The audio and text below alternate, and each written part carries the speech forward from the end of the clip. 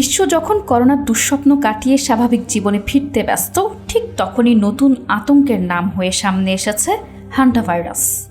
সম্প্রতি একটি আন্তর্জাতিক ক্রুজ শিপে রহস্যজনকভাবে কয়েকজনের মৃত্যু এবং ভাইরাসটির সংক্রমণ শনাক্ত হওয়ার পর বিশ্বজুড়ে শুরু হয়েছে উদ্বেগ। বিশেষজ্ঞরা বলছেন এটি করোনা ভাইরাসের মতো দ্রুত ছড়ায় না, কিন্তু আক্রান্ত হলে মৃত্যু ঝুঁকি এতটাই বেশি যে একে অবহেলা করার সুযোগ নেই। ইঁদুরবাহিত এই প্রাণঘাতী ভাইরাস নিয়ে নতুন করে সতর্ক করছে বিশ্ব স্বাস্থ্য মহল।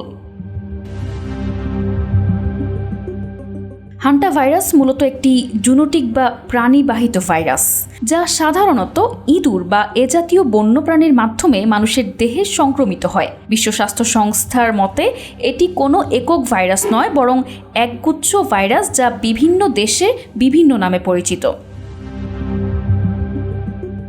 হান্টা ভাইরাসের নামকরণ করা হয়েছে দক্ষিণ কোরিয়ার হান্টান নদীর নামানুসারে। 1950 দশকের কোরিয়ান যুদ্ধের সময় প্রথম এই ভাইরাসের ব্যাপক সংক্রমণ দেখা দেয়। পরবর্তী সময়ে 1993 সালে যুক্তরাষ্ট্র এই ভাইরাসের একটি নতুন রূপ হান্টা ভাইরাস পালমোনারি সিনড্রোম শনাক্ত হয়, যা ফুসফুসকে মারাত্মকভাবে ক্ষতিগ্রস্ত করে। এটি মূলত ইঁদুরের লালা, মূত্র বা মল থেকে ছড়ায়। যখন ইঁদুরের বর্জ্য শুকিয়ে ধুলার সঙ্গে বাতাসে মিশে যায়, তখন শ্বাসের মাধ্যমে সেই দূষিত বাতাস মানুষের ফুসফুসে প্রবেশ করলে সংক্রমণ ঘটে। এছাড়া আক্রান্ত ইঁদুরের কামড় বা দূষিত কোনো খাবার খেলেও এই রোগ হতে পারে। বিরল ক্ষেত্রে অ্যান্ডিস ভাইরাস নামের হান্টা ভাইরাসের একটি ধরন মানুষ থেকে মানুষে ছড়াতেও পারে। হান্টা ভাইরাসের প্রধান দুটি রূপ হলো HPS, এতে শ্বাসকষ্ট ও ফুসফুসে পানি জমে যায়।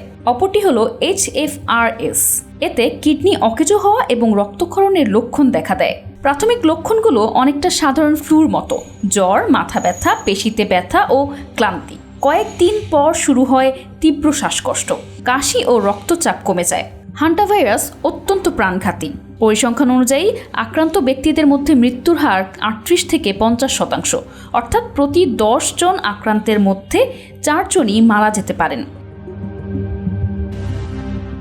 রক্ত পরীক্ষার মাধ্যমে এই ভাইরাস শনাক্ত করা হয়। হান্টা ভাইরাসের কোনো নির্দিষ্ট প্রতিষেধক বা অ্যান্টিভাইরাল ঔষধ নেই।